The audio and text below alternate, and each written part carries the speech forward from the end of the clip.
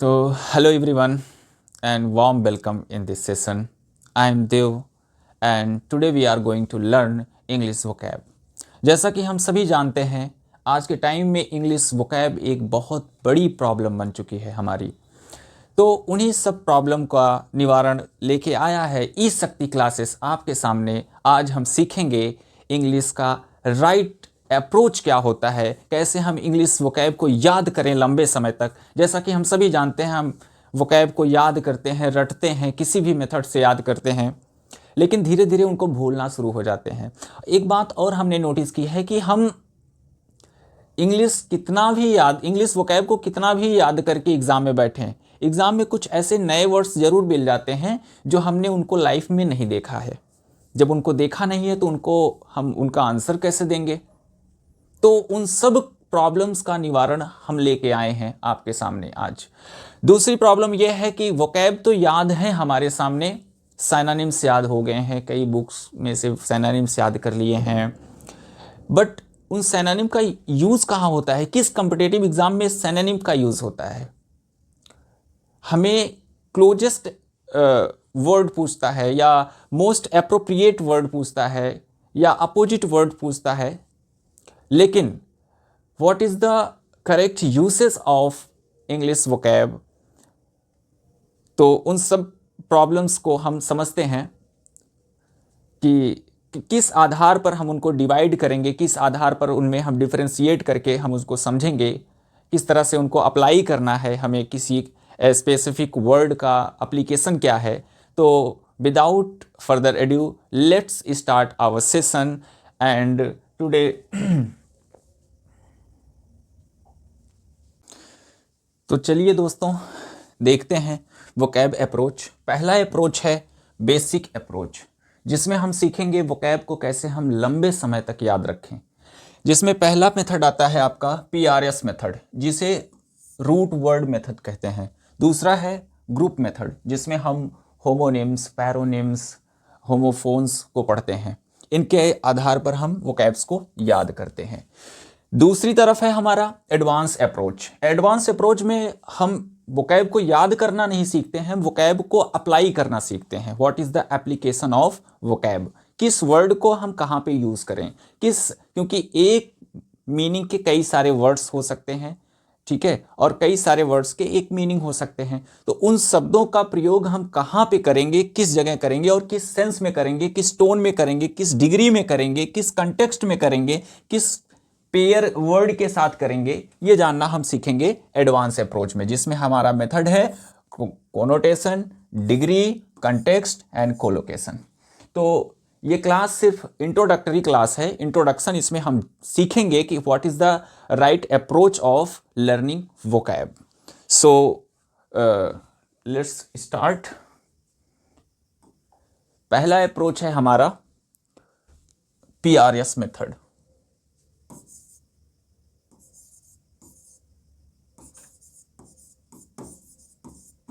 PRS method, जिसमें R का मतलब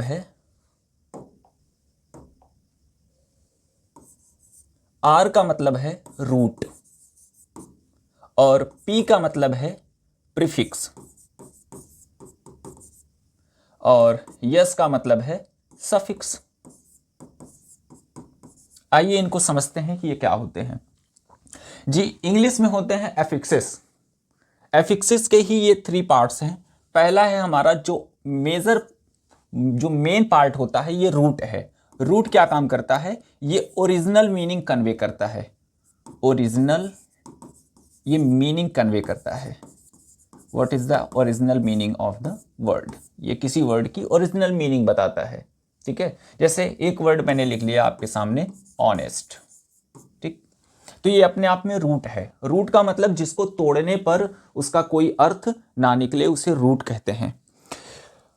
अब इसमें हमने प्रीफिक्स लगाया डिस। वैसे प्रीफिक्स और सफिक्स जितने होते हैं, इनका इंडिपेंडेंट मीनिंग नहीं होता है। प्रीफिक्स, किसी भी प्रीफिक्स का और सफिक्स का, बिना रूट के कोई भी प्रीफिक्स और सफिक्स अपने आप में मीनिंग कन्वे नहीं कर सकते हैं। ये सेल्फ सफिशिएंट नहीं होते हैं इन मीनिंग। जैसे अगर कहना हुआ कि आप बड़े डिस हैं, मैं आपसे इम हूं, कोई अर्थ समझ में आ रहा है आपको? नहीं सर, ये मीनिंग कन्वे नहीं करते, बट ये किसी रूट वर्ड के साथ लगकर उस रूट वर्ड की मीनिंग को चेंज कर देते हैं। जैसे मैंने लिख दिया ऑनेस्ट का डिसऑनेस्ट। ऑनेस्ट मतलब क्या होता है? ईमानदार। डिसऑनेस्ट का मतलब क्या होता है? बेईमान। क्या चीज बदल रही है? मीनिंग बदल रही है दोस्त। तो प्रीफिक्स का काम क्या? जैसे मैंने लिख दिया दूसरा वर्ड पॉसिबल। पॉसिबल, पॉसिबल का बना दिया हमने इम्पॉसिबल। हमने इनफिक्स कर दिया इम को पॉसिबल के साथ, तो क्या बन गया? इम्पॉसिबल। तो क्या बदल रहा है? पॉसिबल का इम्पॉसिबल, मीनिंग बदल रहा है बच्चों, मीनिंग बदल रहा है। तो प्रीफिक्स का काम क्या होता है? Original meaning that is given by root, वो चेंज कौन करता है? प्रीफिक्स। ये क्या काम करता है? Meaning changes. प्रीफिक्स का काम क्या होता है बेटा? मीनिंग चेंज करना प्रीफिक्स का काम होता है। ठीक, आइए सफिक्स आता है अगला। सफिक्स, सफिक्स जैसे हमने लगा दिया, मैंने एक वर्ड लिखा फ्रेंड। फ्रेंड का मतलब मित्र जी। फ्रेंड पार्ट्स ऑफ स्पीच में क्या है? ग्रामेटिकल प्रोफाइल इसकी क्या है? Common noun. इसकी ग्रामेटिकल प्रोफाइल है कॉमन नाउन। ठीक, एक वर्ड इसमें हमने सफिक्स लगा दिया फ्रेंड शिप। शिप को हमने सफिक्स कर दिया फ्रेंडशिप। अब कॉमन नाउन से क्या हो गया? ये कॉमन नाउन से ये हो गया एब्स्ट्रैक्ट नाउन, एबियन एब्स्ट्रैक्ट नाउन हो गया। तो क्या चीज बदल रहा है? Grammatical profile. इसका मतलब सफिक्स क्या काम करता है? पार्ट्स ऑफ स्पीच को चेंज करता है, पार्ट्स ऑफ स्पीच बताता है। सफिक्स का काम होता है पार्ट्स ऑफ स्पीच बताना। आई थिंक यहां तक आप समझ गए हैं प्रीफिक्स क्या होता है, सफिक्स क्या होता है, रूट क्या होता है। तो अब हम आगे इनका एप्लीकेशन सीखते हैं। इनके माध्यम से, इनके मेथड से हम कैसे वोकैब को, कैसे इंग्लिश वर्ड को लंबे समय तक बिना भूले हम याद रख सकते हैं। आइए देखते हैं।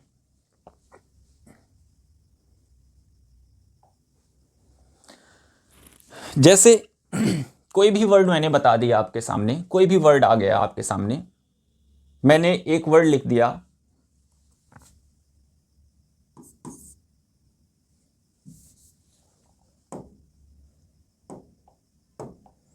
मैंने वर्ड लिख दिया आपके सामने डेमोसाइड। इसकी मीनिंग बहुत इजी वर्ड है, कॉमन वर्ड है, डेमोसाइड। अब इसकी मीनिंग हमें पता करनी है। मान लेते हैं हमें इसकी मीनिंग नहीं पता है। अब हमें इसकी मीनिंग पता करनी है, तो कैसे पता करेंगे? इस वर्ड की मीनिंग हमें कैसे पता करेंगे कि डेमोसाइड का मतलब क्या होता है? तो आपने एक वर्ड सुना होगा सुइसाइड। एक वर्ड आपने सुना होगा सुइसाइड। सुइसाइड सुना है? सुइसाइड की मीनिंग लगभग हम सभी को पता होगी। सुइसाइड का मतलब होता क्या है? तो साइड का मतलब होता है बेटा किलिंग। जिस भी वर्ड में अगर आपको दिख गया CIDE, इसका मतलब होता है किलिंग, हत्या। केवल एक वर्ड को छोड़ देना, जो कि हम एक्सेप्शन भी मान सकते हैं। एक वर्ड छोड़कर, जो वर्ड है आपका, एक वर्ड को आप छोड़ देना, वो है आपका डिसाइड। डिसाइड को छोड़ देना, बाकी इंग्लिश में जितने वर्ड मिलेंगे लास्ट में CIDE, तो उनका मतलब होता है किलिंग, हत्या। और सुई का मतलब होता है बेटा सेल्फ। तो सेल्फ किलिंग को क्या बोलते हैं हम? सुइसाइड। ठीक, जिस भी वर्ड में आपको CIDE मिले उसका मतलब होता है हत्या। सुई का मतलब होता है सेल्फ। आइए, तो यहां भी डेमोसाइड में भी CIDE है। इसका मतलब है, साइड का मतलब हुआ हमारा किलिंग। अब हमें पता करना है सर डेमो का मतलब होता क्या है? डेमो का मतलब होता क्या है? कोई वर्ड याद आ रहा है आपको जो डेमो से हो? Democracy, your right. डेमोक्रेसी आपका बहुत ही प्यारा वर्ड, डेमोक्रेसी। डेमोक्रेसी, ये वर्ड आपने, डेमोक्रेसी। यहां पे क्रेसी, डेमोक्रेसी की मीनिंग हम सबको पता होगी, लोकतंत्र, rule of the people, for the people, by the people. Comment में जरा बताइएगा ये कोटेशन किसने कहा था? तो क्रेसी का मतलब होता है रूल। क्रेसी का मतलब होता है रूल, तंत्र, शासन, गवर्नमेंट, और डेमो का मतलब होता है people, rule of the people, for the people, by the people. ठीक, तो डेमोक्रेसी का मतलब होता है rule of the people, for the people, by the people. कुल मिला के हमें यह समझ में आया सर, डेमो का मतलब होता है पीपल, तो यहां भी डेमो का मतलब क्या हुआ बेटा, पीपल। किसकी हत्या हो रही है, killing of people, that is called democide. Alright, बहुत सारे वर्ड आपको मिल जाएंगे। यहीं से मैंने आपको एक वर्ड लिखा, एवीसाइड।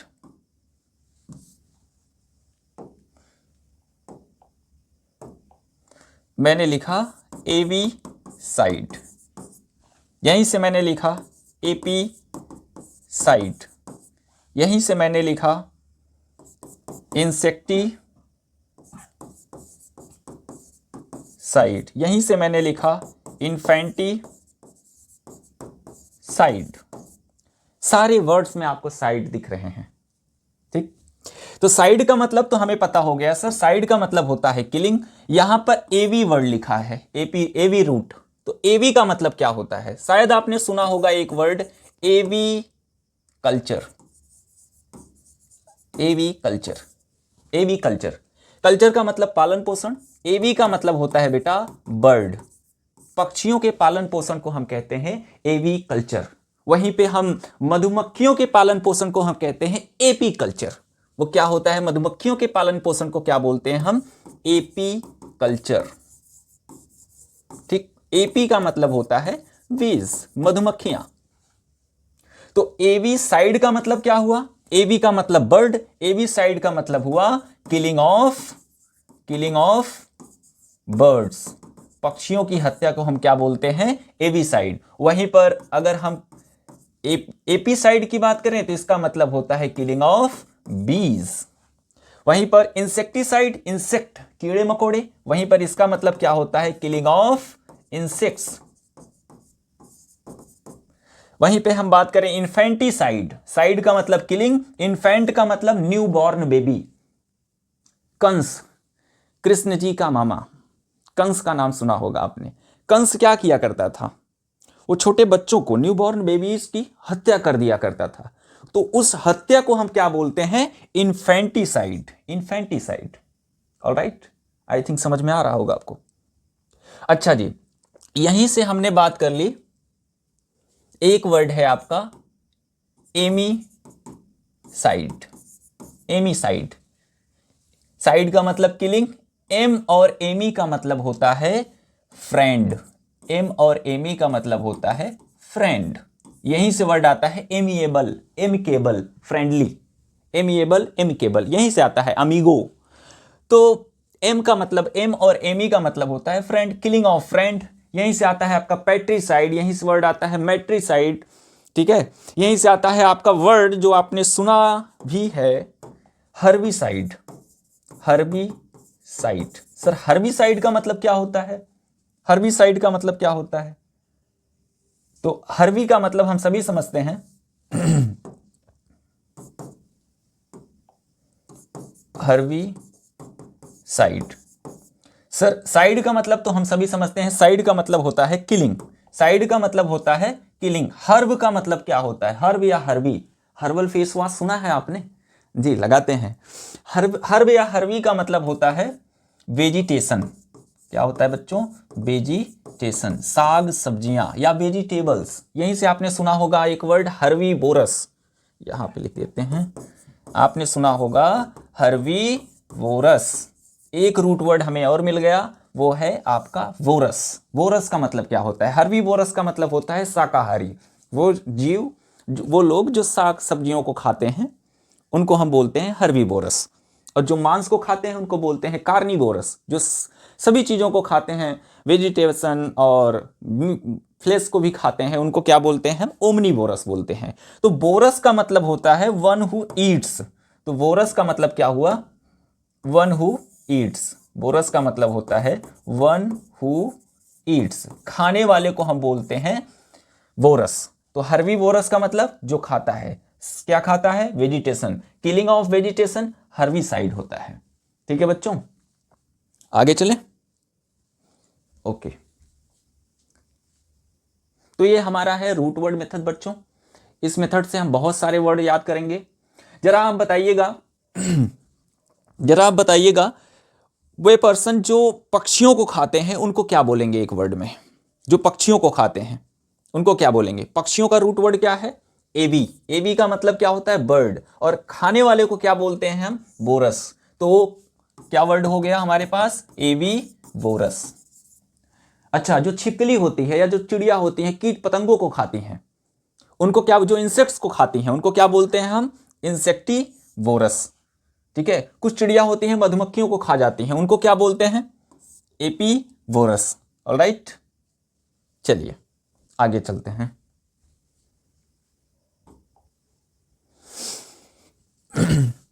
बहुत सारे वर्ड मिल जाएंगे आपको, जैसे मैंने लिख दिया आपके सामने एक वर्ड पैंथीस्ट। सर पैंथीस्ट का मतलब क्या होता है? पैंथीस्ट, देखिए किसी भी वर्ड में आईएसटी लिखा रहे, किसी भी वर्ड में अगर आईएसटी लिखा रहे तो ये सफिक्स है बेटा, और सफिक्स बताता है पार्ट्स ऑफ स्पीच, यानी ग्रामेटिकल प्रोफाइल बताएगा। आईएसटी से बनता है कॉमन नाउन। क्या बनता है बच्चों? Common noun. और इसकी मीनिंग होती है पर्सन या किसी एजेंट के बारे में बताता है, पर्सन या कोई एजेंट। ठीक, ये पर्सन को बताता है, जैसे नॉवेलिस्ट, सोशलिस्ट, साइंटिस्ट, साइकोलॉजिस्ट। तो आईएसटी का मतलब क्या होता है? पर्सन। तो यहां पे भी आईएसटी का मतलब क्या हुआ बच्चों? पर्सन। आईएसटी का मतलब क्या हुआ? पर्सन। ठीक। पैन का मतलब क्या होता है? आपने सुना होगा एक वर्ड पैन इंडिया। पैन का मतलब होता है ऑल, पैंडेमिक, ऑल। पैन का मतलब क्या होता है? ऑल। और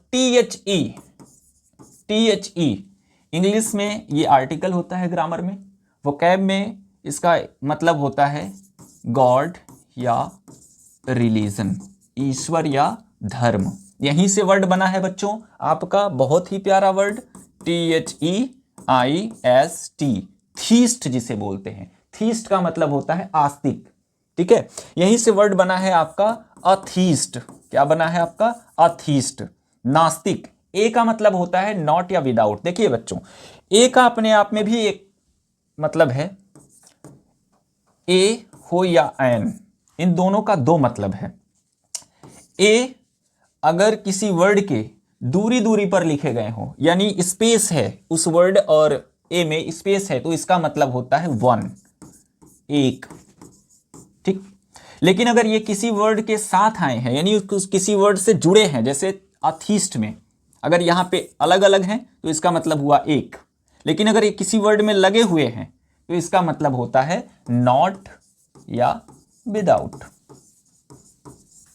ठीक है, नॉट या विदाउट। थीस्ट, अथीस्ट, यहीं से आता है आपका मोनोथीस्ट। मोनो का मतलब एक, आईएसटी का मतलब पर्सन, THE का मतलब गॉड। वह व्यक्ति जो एक ईश्वर या एक धर्म को मानता है उसे मोनोथीस्ट बोलते हैं। और पैंथीस्ट किसे बोलेंगे? पैन का मतलब ऑल, THE का मतलब गॉड। वह व्यक्ति जो सभी धर्मों का सम्मान करता है, जो सभी धर्मों का इज्जत करता है, उसे हम क्या बोलते हैं? पैंथीस्ट। ऑलराइट, तो इस तरह से हम वोकैब को याद करेंगे बेटा। रूट वर्ड मेथड है। अगला मेथड हमारा आता है ग्रुप मेथड। आइए उसको देखते हैं। अगला मेथड होता है हमारा ग्रुप मेथड। अगला है हमारा ग्रुप मेथड। ये क्या होता है sir? Group method. Group method क्या होता है? आपने सुना होगा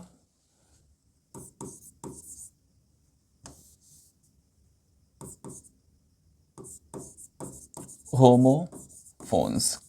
आपने इसका नाम सुना होगा, होमोफोन्स। बेटा इसमें भी मतलब है, होमो का मतलब सेम या सिमिलर, रूट है हर किसी वर्ड में। फोन का मतलब होता है साउंड। फोन का मतलब क्या होता है? साउंड। यहीं से बना है आपका टेलीफोन। टेलीफोन यहीं से बना है। फोन का मतलब साउंड होता है, टेली का मतलब होता है दूर, दूर की आवाज को हम सुनते हैं उसे बोलते हैं टेलीफोन। फोन का मतलब साउंड होता है, यहीं से वर्ड बना है यूफोनियस या यूफोनी। फोन का मतलब साउंड, फोन या फोनी। यू का मतलब होता है गुड, अच्छी आवाज या मीठी आवाज को हम क्या बोलेंगे? यूफोनी। प्लीजेंट वॉइस है किसी की, उसे बोलेंगे यूफोनियस। यू का अपोजिट क्या होता है आपका? कैको। कैकोफोनी।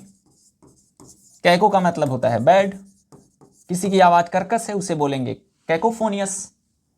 ऑलराइट, तो हमारा पहला मेथड है इसमें, ग्रुप मेथड में, वो है होमोफोन्स से। होमोफोन्स, होमो का मतलब सेम और फोन का मतलब साउंड। ऐसे वोकैब के पेयर, दो या दो से अधिक वर्ड्स जिनकी साउंड सेम होती है, स्पेलिंग अलग होगी, उनकी मीनिंग अलग होगी, बट उनको प्रोनाउंसिएशन, उनका प्रोनाउंसिएशन सेम होगा। आइए उनको देखते हैं। जैसे बहुत ही बेसिक वर्ड है आपका, मैंने लिख दिया राइट।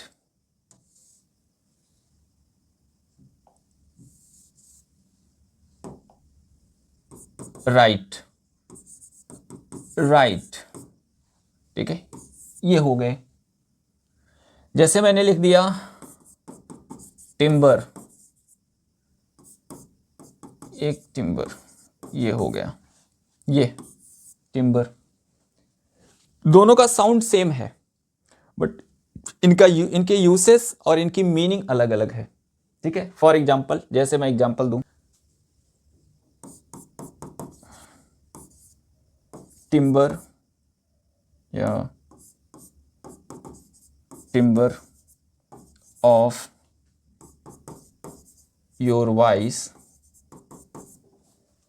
इज यूफोनियस। ये सेंटेंस है बच्चों आपके सामने, ये timber of your voice is यूफोनियस। Timber, एक टिम्बर ये हुआ आपका, एक टिम्बर ये, सॉरी तो सेम हो गए। टिम्बर, एक टिम्बर ये है आपका, एक टिम्बर ये है, तो इनमें से कौन सा सही है, ए सही है या बी सही है? तो इस टिम्बर का मतलब होता है, ये तो मतलब आपको पता होगा, राइट का मतलब लिखना, इस राइट का मतलब करेक्ट या दाहिनी तरफ। इस टिम्बर का मतलब होता है पीस ऑफ वुड, लकड़ी का टुकड़ा। इस टिम्बर का मतलब होता है क्वालिटी ऑफ साउंड या वॉइस, आवाज या साउंड की जो क्वालिटी होती है उसे टिम्बर बोलेंगे। तो भाई यहां लकड़ी से कोई लेना देना है नहीं, यूफोनियस है, सुनने में प्लीजेंट है, तो हम क्या बोलेंगे, ये वॉइस से रिलेटेड है, तो ये आपका बी ऑप्शन करेक्ट है, ये नहीं होगा। तो इस मेथड से हम पढ़ेंगे होमोफोन्स की मेथड से पढ़ेंगे हम कुछ वर्ड्स। अगला मेथड आता है हमारा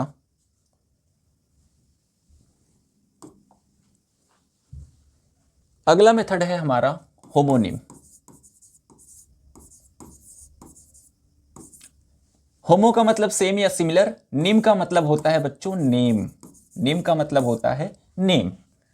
ठीक है, जो जिनकी स्पेलिंग सेम होती है उनको बोलते हैं होमोनिम। बैंक और एनडीए में इनसे भर भर के क्वेश्चन पूछे जाते हैं बच्चों, बैंक में इनसे भर भर के क्वेश्चन पूछे जाते हैं होमोनिम से। होमोफोन से बैंक में नहीं पूछे जाते, होमोफोन से रिलेटेड बहुत ही ईजी होते हैं। होमोनिम से ज़्यादा क्वेश्चन बैंक में पूछे जाते हैं। तो आइए इनको देखते हैं ये कैसे होते हैं। जैसे मैं एक सेंटेंस लिखता हूं, जैसे मैंने लिख दिया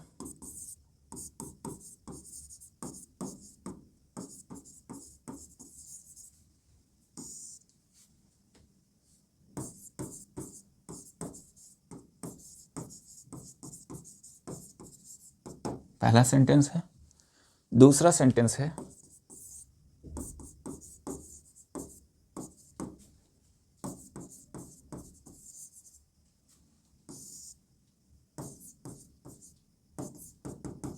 फाइव पीपल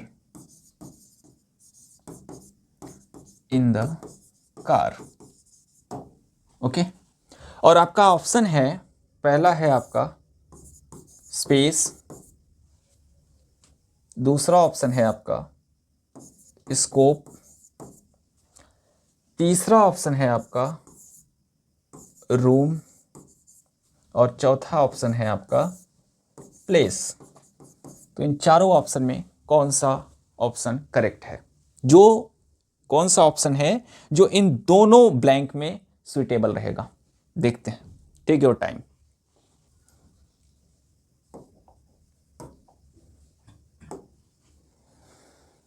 हमें पता चल रहा है आपका आंसर क्या होगा। आपका आंसर है कि सर पहले वाले में तो आएगा स्कोप, पहले वाले में आएगा स्कोप, दूसरे वाले में आएगा स्पेस।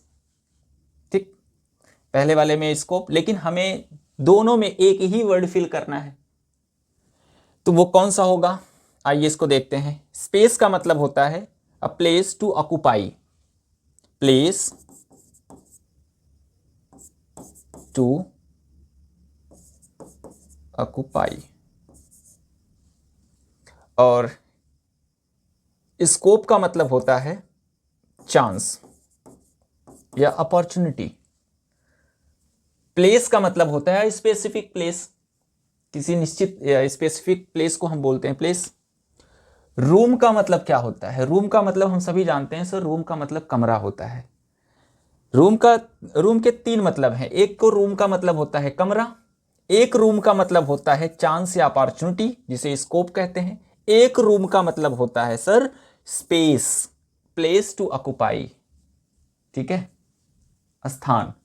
तो इस हिसाब से एक ही वर्ड चाहिए और वो आपका ऑप्शन 3 सही है। यहां पे भी आपका रूम आएगा और यहां पे भी रूम आएगा। ऑलराइट, ये होता है होमोफोन्स। जैसे वर्ड आ गया आपका लैटिट्यूड। लैटिट्यूड का मतलब हम क्या समझते हैं? अक्षांश। लैटिट्यूड का एक मतलब और होता है फ्रीडम टू एक्ट और बिहेव, ये भी मतलब होता है। जैसे फाउंडर, फाउंडर का क्या मतलब होता है? स्थापक या जो स्थापना करता है, फाउंड करता है। फाउंडर का मतलब होता है डूबना या किसी चीज का नष्ट हो जाना, ये भी होता है फाउंडर के वर्ब के सेंस में होता है। तो इसी को हम कहते हैं होमोनिम। एक वर्ड के एक से अधिक मतलब हैं, उन सभी मतलब का जो यूटिलाइजेशन होता है, जो एप्लीकेशन होता है, उसी को हम सीखते हैं किसमें? होमोनिम में। अगला होता है हमारा पैरोनिम। अगला मेथड है हमारा, तीसरा है पैरोनिम। पैरोनिम्स, निम्स का मतलब नेम होता है, पैरो का मतलब जो चीज पैरेलल चल रही हो।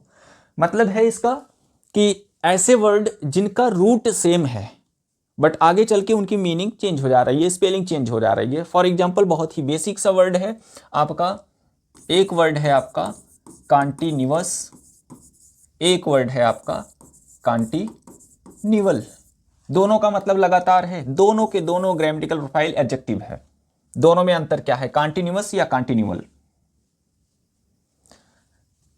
जैसे एक वर्ड है आपका ऑफिशियल, एक वर्ड है आपका ऑफिशियस। ठीक, बहुत सारे वर्ड हैं। एक वर्ड है आपका सेंसुअल, एक वर्ड है आपका सेंसुअस।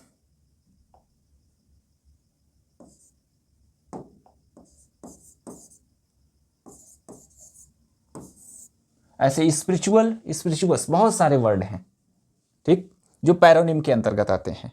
तो इनका क्या मतलब है? जैसे एक एग्जाम्पल आपके सामने,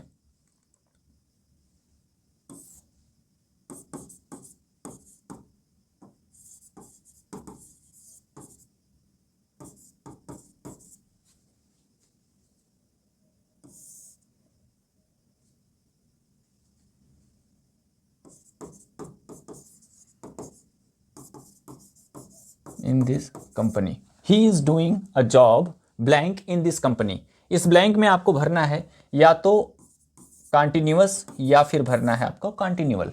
कौन सा वर्ड आएगा? कॉन्टिन्यूअस या कॉन्टिन्यूअल? इसको कंप्लीट करते हैं। फॉर अ मंथ, ये पूरा सेंटेंस ये है आपका। 1 महीने से वो इस कंपनी में जॉब कर रहा है, लगातार। अब लगातार की मीनिंग कॉन्टिन्यूअसली है या कॉन्टिन्यूली, इसी का एडवर्ब फॉर्म हो जाएगा। कौन सा वर्ड आएगा? कॉन्टिन्यूअसली का मतलब होता है बच्चों विदाउट ब्रेक। कोई भी काम हम करते हैं बिना रुके, लगातार करते हैं, मतलब उस काम के अलावा कुछ नहीं कर रहे हैं, ना खाना, ना पीना, ना सोना, ना जागना, उसी काम को करते चले जा रहे हैं, तो वो कॉन्टिन्यूअस काम कर रहे हैं हम। जैसे 1 घंटे से वो लगातार पढ़ाई कर रहा है, तो वो कॉन्टिन्यूअस स्टडी हो गई। 1 घंटे से कोई व्यक्ति कर सकता है, 2 घंटे से कर सकता है, 4 घंटे से कर सकता है, बट 1 महीने से सोया भी नहीं, ऐसा इम्पॉसिबल है। तो उसके लिए आएगा continually, he is studying continually for a month, ये होगा। तो इसका मतलब होता है विद ब्रेक। जब हम ब्रेक ले लेके काम करते हैं वो क्या होता है बच्चों, ये विदाउट ब्रेक और विद ब्रेक। तो ये फर्क होता है। जैसे ऑफिशियल का मतलब होता है रिलेटेड टू ऑफिस, ये पॉजिटिव है। ऑफिशियस का मतलब होता है ये नेगेटिव है, अनवांटेड इंटरफेरेंस को हम बोलते हैं ऑफिशियस। सेंसुअल का मतलब होता है रिलेटेड टू, सेंसुअस का मतलब होता है सेक्सुअली जो अट्रैक्टिव हो उसे बोलते हैं सेंसुअल। और सेंसुअस का मतलब होता है जो हमारे सेंस आर्गन को अपीज करे, उनको खुश करे, उसको क्या बोलते हैं, सेंसुअस। जो प्लेजर दे उनको, सेंस आर्गन्स को, उसको बोलते हैं सेंसुअस। ऐसे इंडस्ट्रियस आता है, इंडस्ट्रियल आता है, बहुत सारे वर्ड आपके पैरोनिम से आ जाएंगे। तो ये रहा हमारा पैरोनिम। तो यहाँ पे क्या ऑप्शन सही होगा, 1 महीने से कर रहा है तो ब्रेक ले के काम करेगा। तो क्या आएगा बेटा, यहाँ पे वर्ड आएगा आपका कंटिन्यूली, ये वर्ड आपका करेक्ट है यहाँ पे, कंटिन्यूली विद ब्रेक। आगे चलते हैं।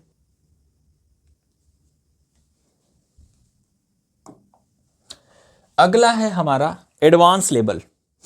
अगला है हमारा एडवांस लेवल, जिसमें हम सीखेंगे वोकैब के यूसेस, वोकैब को किस तरह से यूज करें ब्लैंक में, क्योंकि बड़ी कंफ्यूजन होती है। जैसे एक ही मीनिंग के 2 या 2 से अधिक वर्ड हैं, बट उनका हम मतलब नहीं समझ पाते कि किस वर्ड का कहाँ पे यूज करेंगे। हम साइनानिम के रूप में हमें रटाया जाता है, हम रट लेते हैं, बट जब पेपर में आता है, जैसे मान लेते हैं आपके पास 5 ऑप्शन है, 5 में 3 ऑप्शन आपने इलिमिनेट कर दिया, 2 ऑप्शन ऐसे हैं जिसमें आप कंफ्यूज टहले हैं, कंफ्यूज हो गए भाई कि ये तो हमने सिनोनिम्स के रूप में रटा था, दोनों की मीनिंग सेम है, अब इन दोनों वर्ड में कौन सा वर्ड एक वर्ड फील होगा। जैसे अभी थोड़ी देर पहले देखा था रूम, स्कोप, स्पेस, प्लेस, चारों का मतलब स्थान से रिलेटेड है, लेकिन फर्क है उनकी यूसेस में। जैसे एक वर्ड हमने लिख दिया आपके सामने इंटेलिजेंट, एक वर्ड मैंने आपके सामने लिख दिया इंटेलिजेंट, इंटेलिजेंट का मतलब बुद्धिमान। वहीं से दूसरा वर्ड हमने आपके सामने लिख दिया वाइज, वाइज का मतलब भी बुद्धिमान। हिंदी में पढ़ते हैं, हिंदी मीनिंग से बचिएगा बच्चों, हिंदी मीनिंग नहीं होती, वो अनुवाद होता है। तो इंटेलिजेंट और वाइज में क्या फर्क है बच्चों, जरा बताइए, सोचिए और बताइए।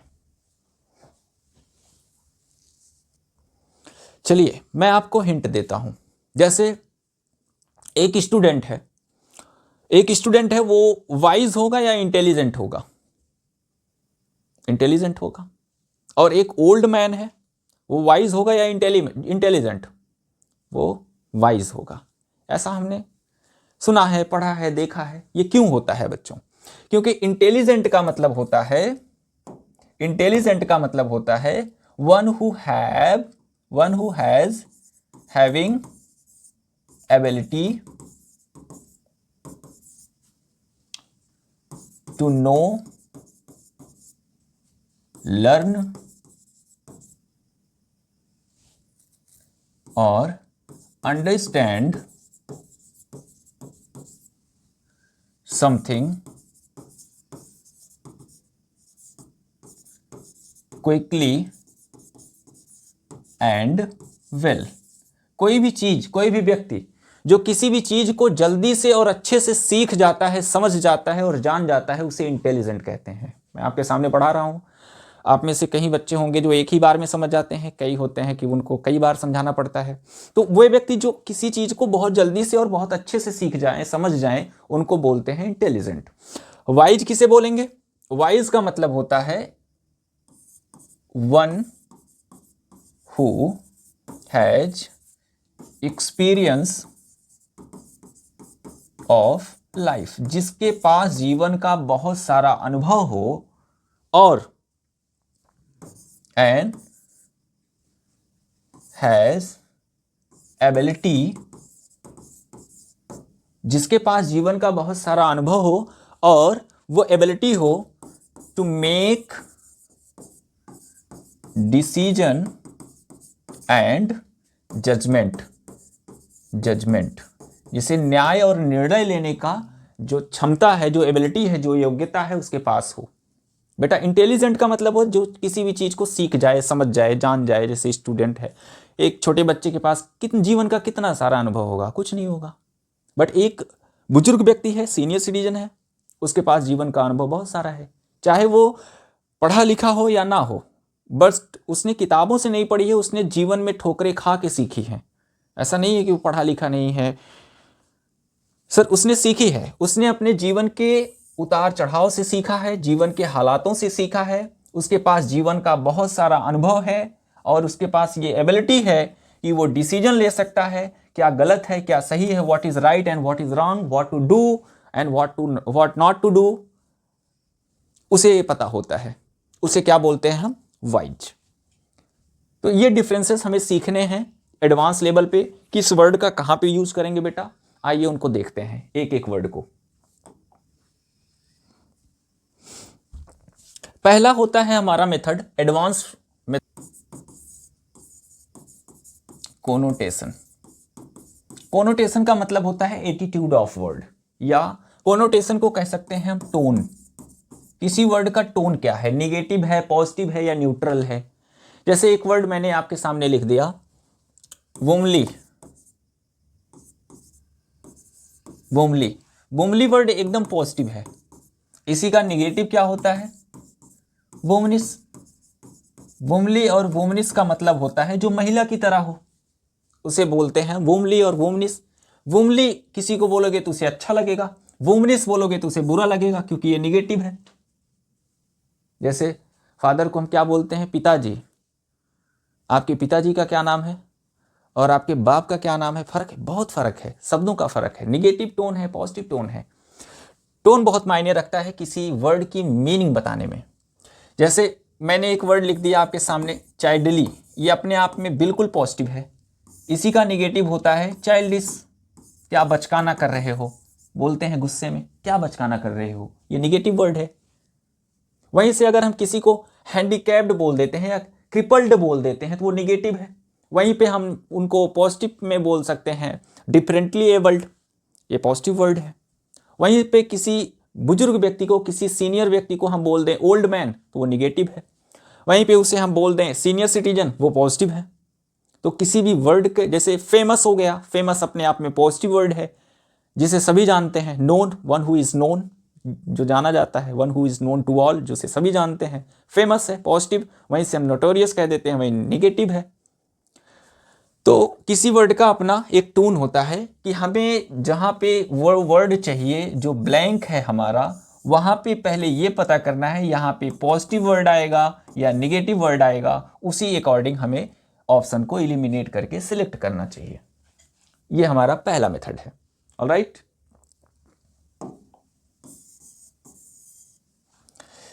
और दूसरा मेथड होता है हमारा, यहीं पे लिख लेते हैं, दूसरा मेथड होता है हमारा डिग्री। बेटा किसी भी वर्ड की अपनी डिग्री होती है। डिग्री का मतलब ये इसी कोनोटेशन से रिलेटेड है। कोई वर्ड कितना निगेटिव है या कितना पॉजिटिव है, ये बताएगी डिग्री। जैसे हमने आपके सामने लिख दिया एक वर्ड लाइक।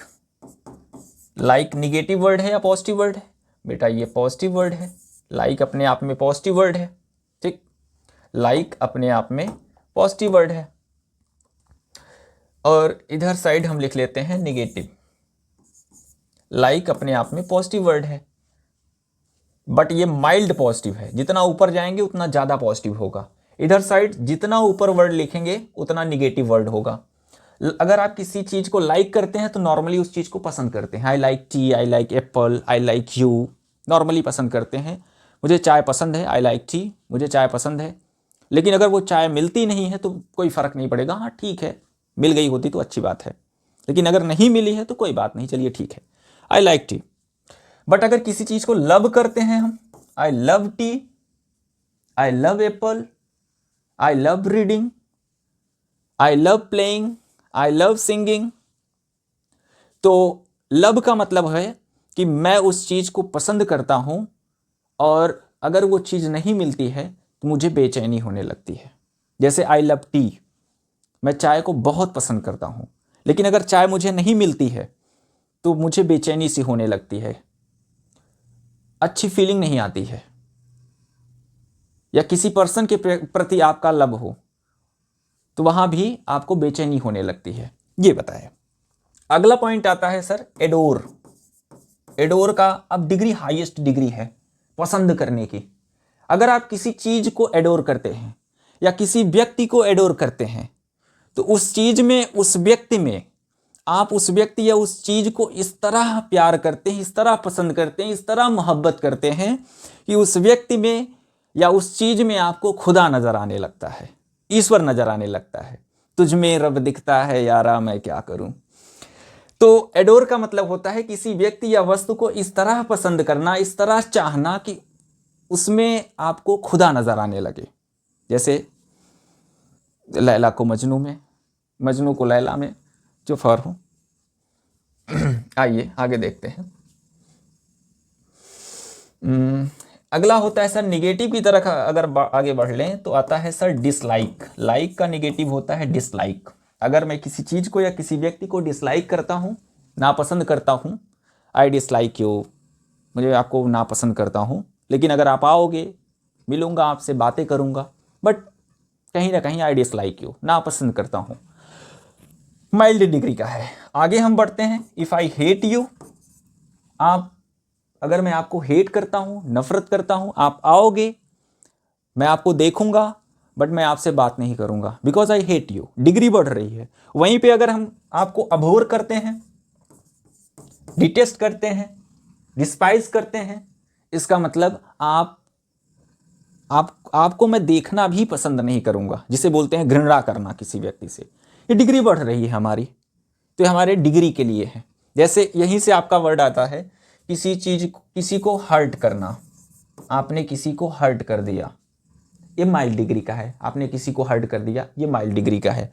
वहीं पे इसकी डिग्री होती है मॉर्टिफाई, हाई डिग्री है। मॉर्टिफाई करना, किसी को मॉर्टिफाई करना। अब हर्ट करना, किसी को आघात पहुंचाना, चोट पहुंचाना, और मोर्टिफाई का मतलब भी चोट पहुंचाना होता है। हर्ट करने का मतलब किसी को नॉर्मली हर्ट कर दिया, उसे तकलीफ हुई, बट मोर्टिफाई करने का मतलब है किसी को इस तरह आघात पहुंचाना, तकलीफ, हर्ट करना कि वो जाके सुइसाइड कर ले, या जब किसी इंसान का इस तरह हर्ट हो जाना कि उसके लिए ये सोचना कि मैं मर गया होता तभी अच्छा होता, इससे अच्छा तो मैं मर ही गया होता। वो होता है कि वो व्यक्ति मॉर्टिफाइड हुआ है, किसी ने मॉर्टिफाई किया है। तो ये अपनी डिग्री आई।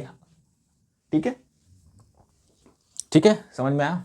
ये हमारा कोनोटेशन हुआ, ये हमारी डिग्री हुई। डिग्री में हम समझते हैं किसी वर्ड की पॉजिटिव डिग्री भी हो सकती है, निगेटिव डिग्री भी हो सकती है, निगेटिव टोन भी हो सकता है पॉजिटिव में, बट उसकी डिग्री हाई हो सकती है। माइल्ड पॉजिटिव हो सकता है, हाई पॉजिटिव हो सकता है, माइल्ड निगेटिव हो सकता है, हाई निगेटिव हो सकता है। ठीक है, हर्ट है, मोर्टिफाई है। एक वर्ड और है, जैसे हमने लिख दिया आपके सामने फाइट। फाइट, फाइट से हाई डिग्री का आता है बैटल। इससे भी हाई डिग्री का आता है आपका वॉर। वर्ड वार होता है, वर्ड फाइट नहीं होता, वर्ड बैटल नहीं होता। और फाइट तो दो लोगों के बीच में भी हो सकता है।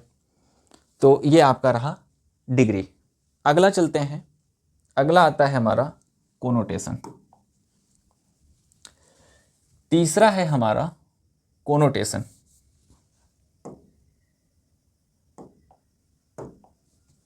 तीसरा है हमारा कोनोटेशन, नहीं, तीसरा है हमारा कंटेक्स्ट। सॉरी, तीसरा है हमारा कंटेक्स्ट। कंटेक्स्ट का मतलब होता है किस संदर्भ में कौन सा वर्ड यूज होगा, ये जानना बहुत जरूरी है। जैसे हमारे साथ, जैसे हमने पहले ही किया, वाइज एंड इंटेलिजेंट। जैसे जो व्यक्ति एक्सपीरियंस जिसके पास नहीं है, जो नया नया है, अभी किसी चीज को जल्दी से सीख जाता है, उस कंटेक्स्ट में हम, स्टूडेंट के कंटेक्स्ट में हमने इंटेलिजेंट लगाया। वहीं पे ओल्ड मैन, जो सीनियर सिटीजन है, बुजुर्ग व्यक्ति है, उसके लिए हमने क्या लगाया, वाइज। तो जिसके पास जीवन का अनुभव है, चाहे वो पढ़ा लिखा व्यक्ति है या नहीं है, लिटरेट है और इलिटरेट है, उसके लिए हम वाइज लगा सकते हैं, अगर उसे निर्णय लेने की एबिलिटी है। इसी तरह हम सीखेंगे कंटेक्स्ट के आधार पर किस तरह से वर्ड को डिफरेंशिएट करते हैं। जैसे हमारे पास वर्ड हैं, एक वर्ड है आपका डेमोसाइड, जो भी रूट वर्ड में हमने किया था, डेमोसाइड। एक वर्ड है आपका जेनोसाइड, साइड का मतलब किलिंग। एक है हमारा मैसेक्री, मैसेक्री, एक है हमारा कार्नेज। ठीक है, ये 4 वर्ड हैं हमारे पास। डेमोसाइड, डेमोसाइड, साइड का मतलब किलिंग, डेमो का मतलब पीपल, इसका मतलब किलिंग ऑफ पीपल, सभी का मतलब किलिंग ऑफ पीपल होता है। कहीं ना कहीं सभी का मतलब होता है बेटा किलिंग ऑफ पीपल, का मतलब होता है killing of people, killing of people. जेनो का मतलब होता है, जेनो बना है जीन से, जीन से बना है बेटा, जेनो बना है जीन से। जीन का मतलब होता है बर्थ, जन्म, यहीं से बना है जनरेशन, जनरेशन जनरेट करना, जनरेटर यहीं से बना है जन्म। तो किसी वंश को अगर आप खत्म कर रहे हैं, वंश के लोगों को आप अगर खत्म कर रहे हैं, उसे हम क्या बोलेंगे?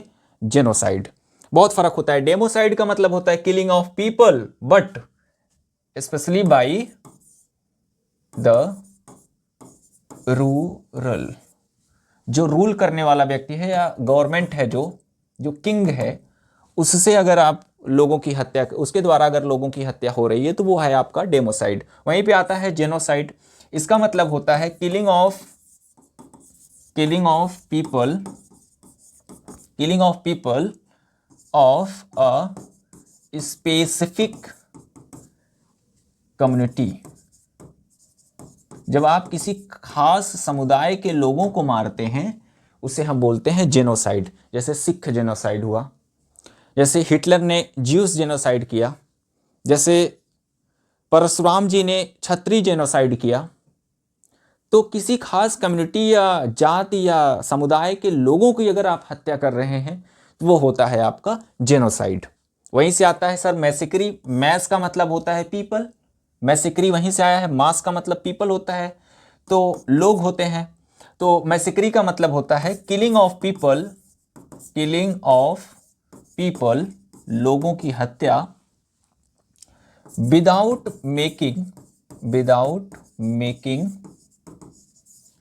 एनी डिस्क्रिमिनेशन,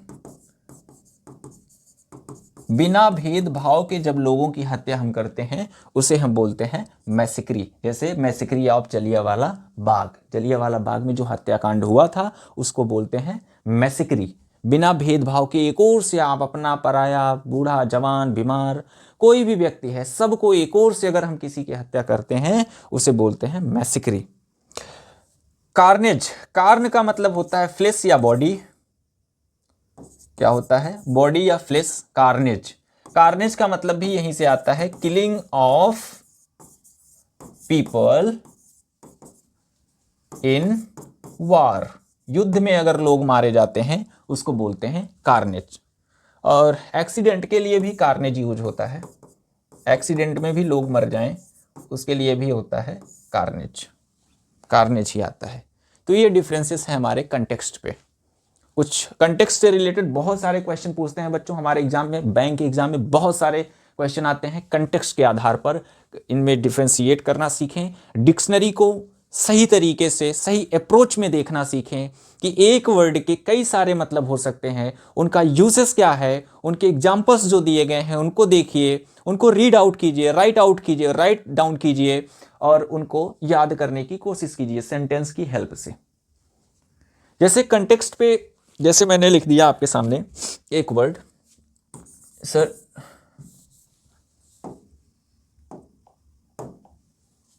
रिस्पेक्ट, ठीक, वहीं पे मैंने लिख दिया आपके सामने ऑनर, वहीं पे मैंने आपके सामने लिख दिया रेवरेंस, फिर मैंने लिख दिया आपके सामने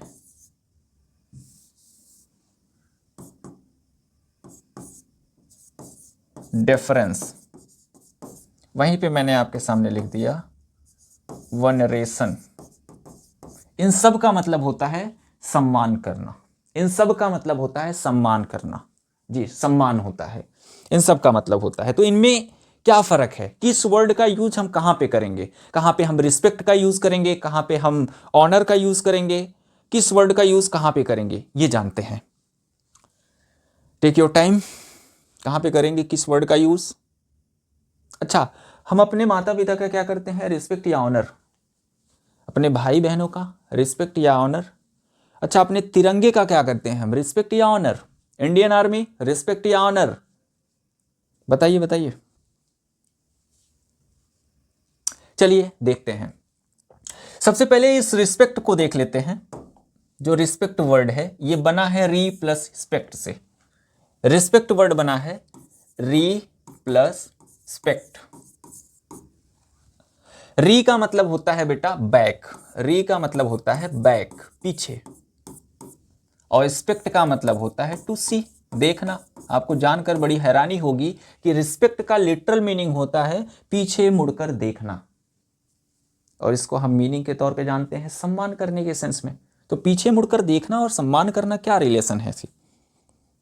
आइए इसको हम समझते हैं कि एग्जाम्पल के तौर पे, एक एग्जाम्पल के तौर पे समझते हैं।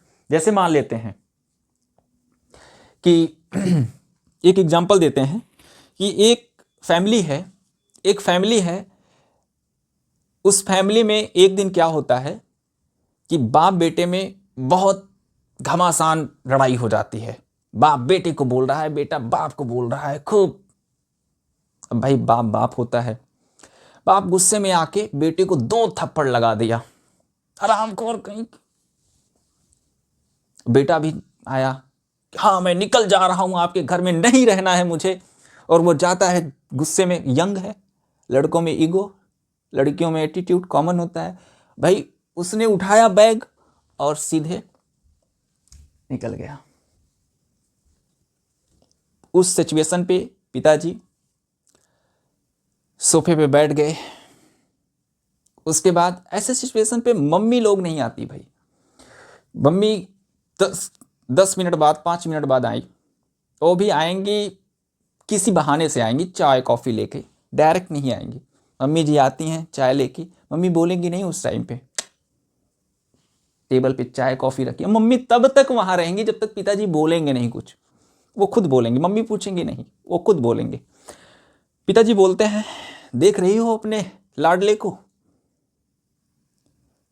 आखिर इसी दिन के लिए मैंने उसे लाड प्यार करके बड़ा किया था, यही दिन देखना था। मैं बाप हूं उसका, मैंने उसे एक थप्पड़ क्या मार दी, उसने जाते हुए पीछे मुड़कर भी नहीं देखा।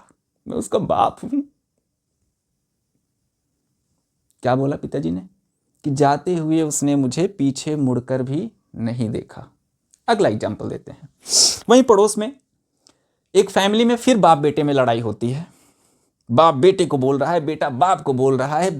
पिताजी उठे गुस्से में, 2 थप्पड़ लगाए, निकल जा मेरे घर से।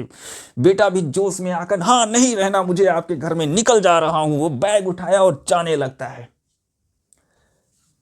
अभी गेट क्रॉस नहीं किया, जाने लगता है। बाहर बारिश हो रही है या नहीं हुई हो रही है, जाने लगता है। और वो सोचता है कहाँ रहूंगा, क्या खाऊंगा।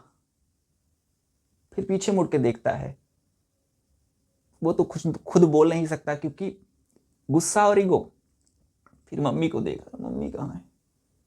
फिर वो सीधे से चला गया और जाएगा नहीं, वो बाहर ही खड़ा रहेगा। क्यों? ऐसा क्यों? उसने पीछे मुड़कर देखा, उसने पीछे मुड़कर, पहले वाले ने पीछे मुड़कर नहीं देखा। जी, हम पीछे मुड़कर उसी को देखते हैं जिसके प्रति हमारे हृदय में प्रेम और सम्मान होता है। अदरवाइज हम उस चीज को पीछे मुड़कर भी नहीं देखते हैं। हिंदी में कहावत है, पीछे मुड़कर देखना अर्थात किसी का सम्मान करना। तो रिस्पेक्ट का मतलब, जैसे मैं बहुत ही ऑफलाइन क्लास होती, जैसे मान लेते हैं मैं बहुत खड़ूस, याद करिए उस टीचर को जो बहुत ही खड़ूस टाइप का टीचर है। वो क्लास में आए, कभी पढ़ाता नहीं है, और आते ही सबकी पिटाई करे, सुने, और सब उसे नापसंद करते हैं। तो अगर आप बहुत ही सेंसिबल स्टूडेंट हैं और आपको एक दिन उसने एक थप्पड़ मार दिया जोर से, निकल जाओ क्लास से, दोबारा नहीं आना, तुम, इन जनरल बाय डिफॉल्ट हम लोग वहां से निकल जाएंगे और फिर रुकेंगे भी नहीं। हाँ मुझे नहीं लेनी है आपकी क्लास, वैसे भी पढ़ाते नहीं हो। क्यों आप पीछे मुड़कर उसे नहीं देखोगे? क्योंकि उसके प्रति आपके हृदय में सम्मान नहीं है।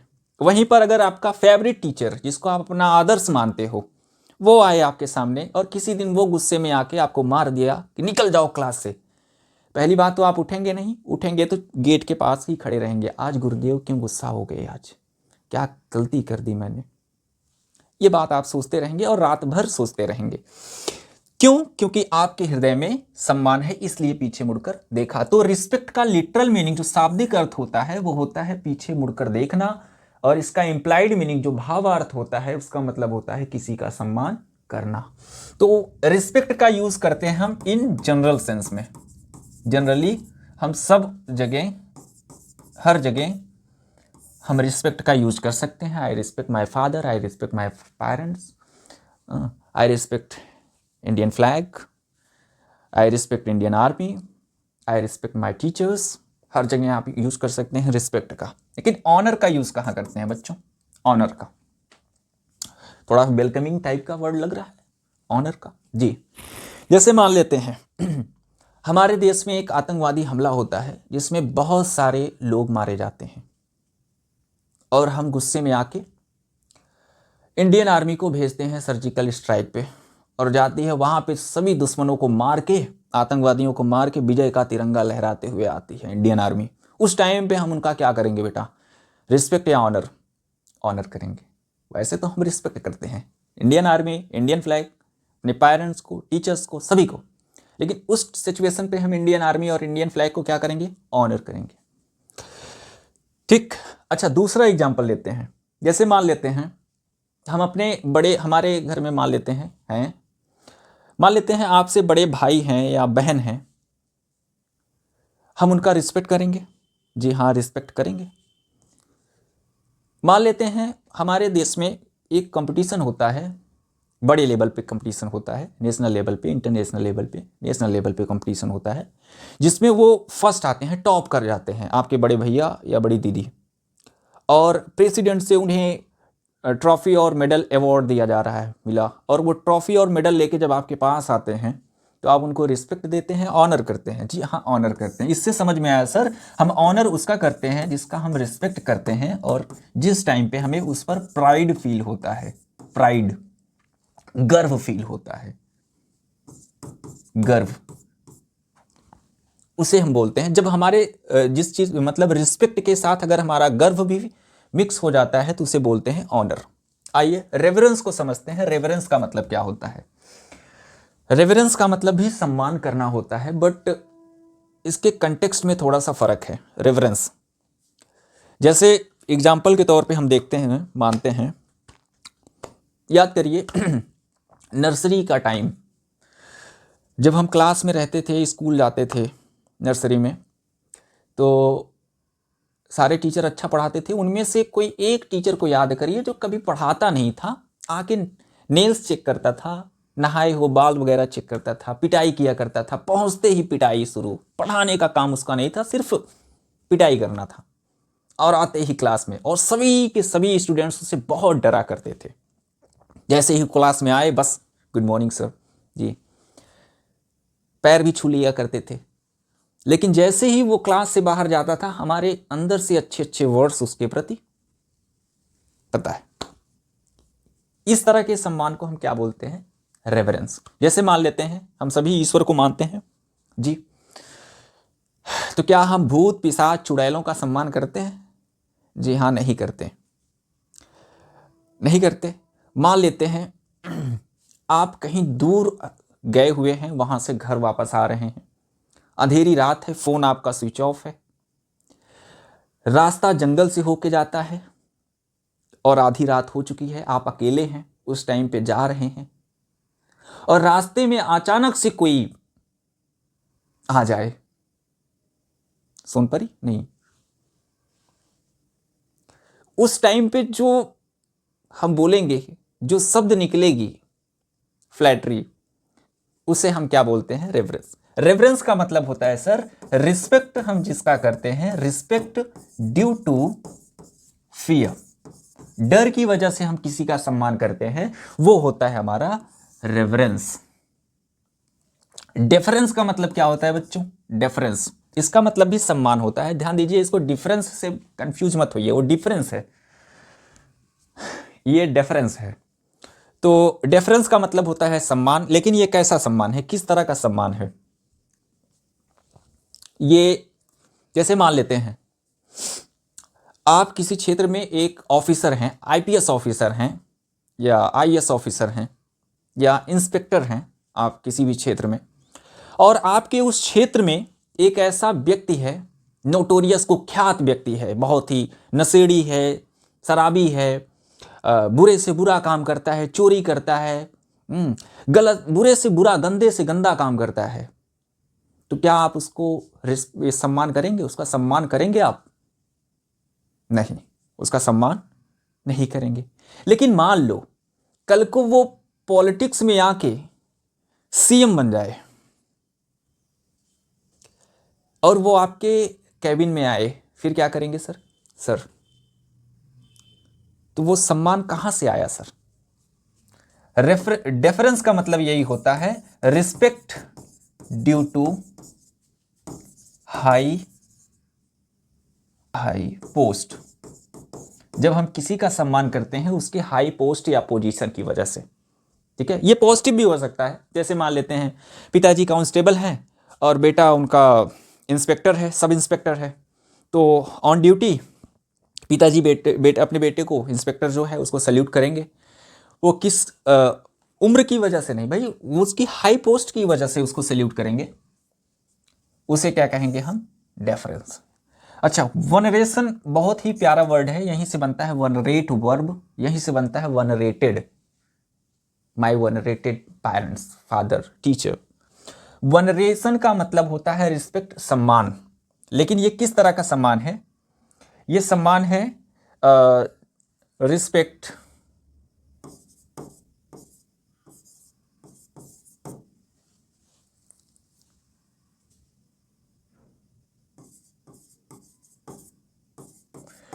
someone या something that is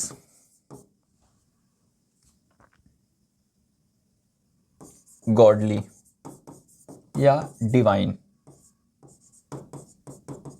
जो कैसा है? डिवाइन है, जो स्पिरिचुअल है, जो आपके लिए ईश्वर समान है, उसे हम क्या बोलते हैं? वनरेट करना, वनरेशन, उसे हम बोलते हैं वनरेशन। यानी जैसे हम अपनी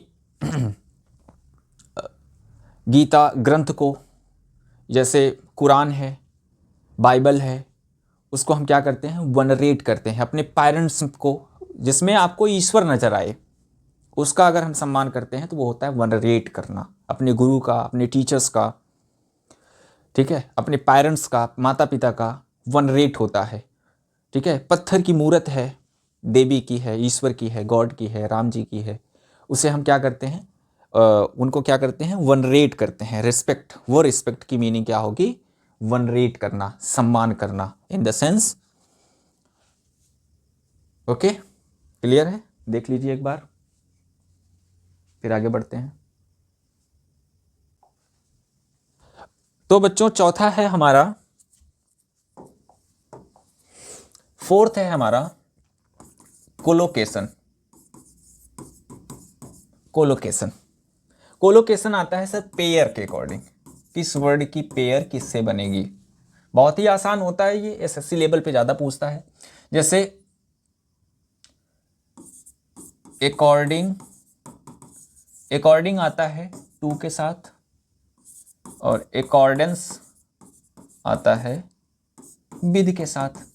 अगर ब्लैंक के बाद, यहाँ पे ब्लैंक दिया गया है, इसके बाद विद है, तो अकॉर्डेंस लिखेंगे। अगर ब्लैंक के बाद टू है तो अकॉर्डिंग लिखेंगे। बहुत ही आसान होता है। ऐसे आता है सर डिस्पाइट, डिस्पाइट के बाद हम ऑफ का यूज नहीं करते हैं। वहीं पे इंस्पाइट के बाद ऑफ का यूज करते हैं, ठीक। वहीं पे बहुत सारे हिंट मिल सकते हैं हमारे पास। जैसे ब्लैंक दिया गया है, यहाँ पे नाउन है और इसके पहले हमें आर्टिकल लिखा हुआ है, तो यहाँ पे हमें एडजेक्टिव चाहिए। इस ब्लैंक में, इस ब्लैंक में हमें क्या चाहिए? एडजेक्टिव चाहिए।